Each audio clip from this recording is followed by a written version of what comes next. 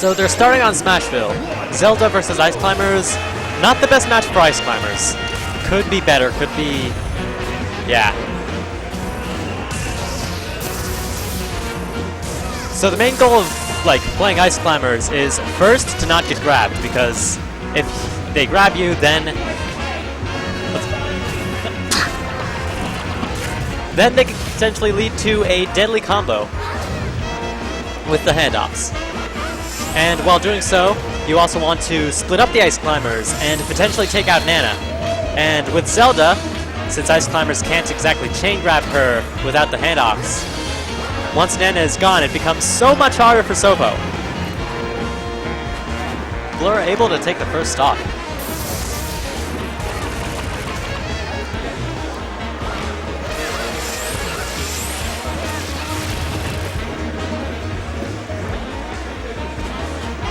So right...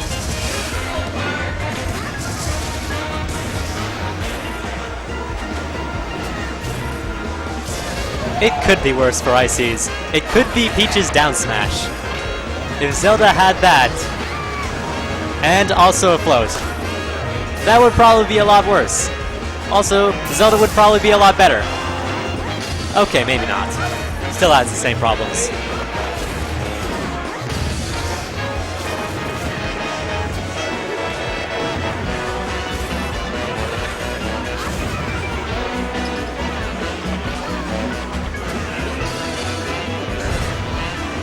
Yeah, what if Zelda actually just becomes Mewtwo? Except she still has all of her aerials, so she can float around with like a lightning kick and then kick you in the air. And then like, just combo that continuously. Especially at low percents. Kind of like what he's trying to do now. Except without the float, of course. Whoa!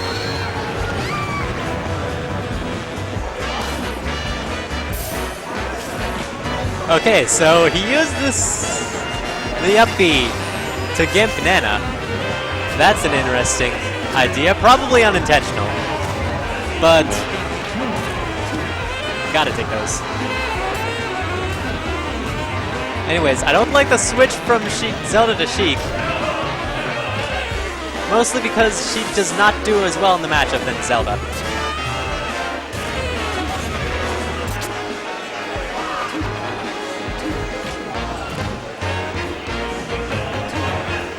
But if I have to say something about the Sheik, then I would say... I guess it seems like it got the job done. Get him onto the edge, and then get back to Zelda. I don't know.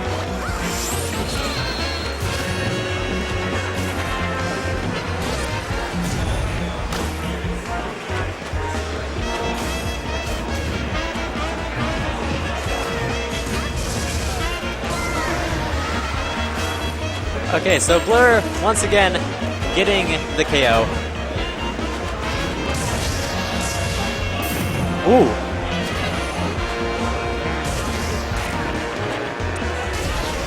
That's gonna be it for Nana. Now it's a lot harder for Serbian Film to come back.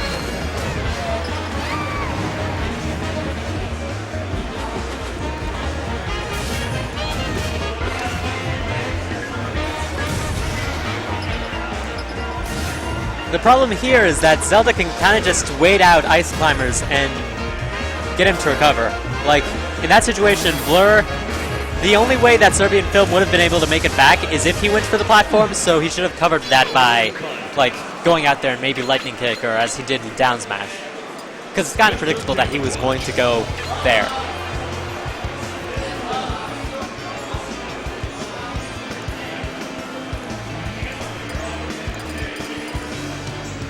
Anyways, Serb switching to Game & Watch. I like this pick because Game & Watch is not a bad character.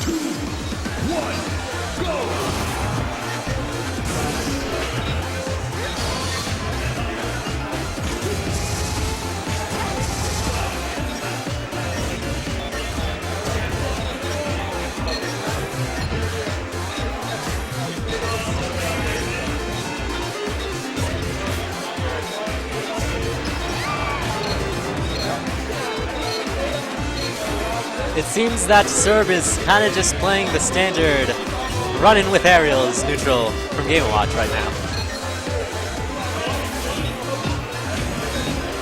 I want to see a bit more shielding from Blurr, because that just defeats the whole run-in, jump shield, or run-in, jump aerial from Game & Watch. It makes it much easier.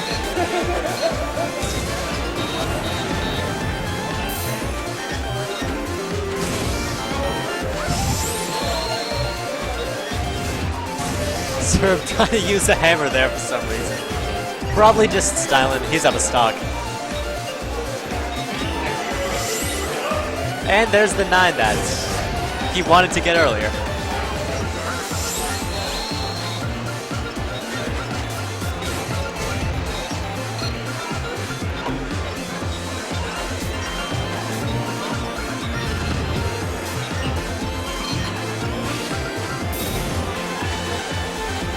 Anyways, yeah, right there is kind of the big problem with this stage. Game & Watch does have insane kill power here, but Zelda also has it.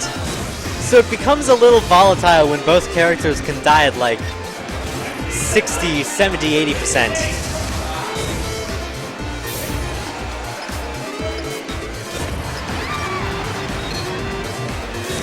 Severin Flame able to hit the parachute that takes the stock bow, and he fills up the bucket! And that looked like it was a pretty large Dins too. So this could be a very powerful bucket. Yep, that just killed him.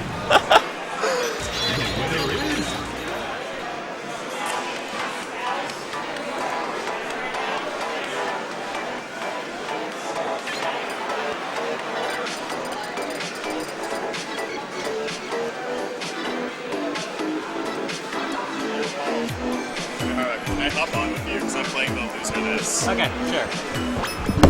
So hopping on with me is going to be Kai. Yo, what's good? All right, we got some interesting gameplay. I'm not going to esports commentate because I'm not good. Don't worry about it. All right, so say you're playing one of these guys. When they lose, what would you say their big weakness is? Well, first of all, Serbian film should not be SDing like that. Yeah, so just let him run around, I guess. just put down the controller and walk away. Yeah. But in general, I'd say that if Serbian Film loses, it's because his neutral was a lot less patient than he should be with Game & Watch. Because Game & Watch, while his aerials are strong, they're not exactly the safest on shield. Yeah. Where if Blurr's playing correctly, like kind of what we saw there, he would be able to shield the aerial, and then Game & Watch can't do much other than either retreat or go for the grab, which he can kind of cover both options with. Just like doing one. Yeah. One thing. So Serb's playing a little too aggressive, you think? Yeah. And on the flip side, I think Blurr should throw out a little bit less moves in general. Because, like, you see him every single time that he's trying to attack, he's kind of just getting hit. And most of the opportunities, he's, like, trying to go a little bit too fast, a little bit too trigger happy on his moves. So if he, like, just takes it back a little, doesn't exactly use so many moves that can leave him so punished, that can be his win. Yeah, so they're also both throwing out a lot, like all the time. There's no like real patience going on. At least that's what I see. I might be wrong. Yeah, I do see that. Yeah, forward air is not safe on shield, right? It is safe, but it has to be really well spaced. Okay, yeah, because I see a lot of Game & Watch mains just like throw it out there. Yeah. Like BBD loves it. It doesn't work if it's just thrown out there, because then you can get a really easy shield punish. So what's the best way to like punish that? The best way, with Zelda, I'd imagine one of her faster aerials out of shield. Either that, or I'm not sure with Zelda. Yeah. Like, she feels weird as a character. Like, what are her out of shield options? Yeah, Zelda's weird to fight. Also, I hate fighting Zelda because you can't be like super aggressive against her. I don't know. I get very much punished. Serb just filling the bucket for the stock. Serb got his second SD. Does the bucket carry over between stocks? Yes, it does. As you just saw there, he got a final stock with the... All right. I think you're playing Austin right now. I mean, there are not a lot of TVs, so So how do I kill Zelda? Um, As Luke.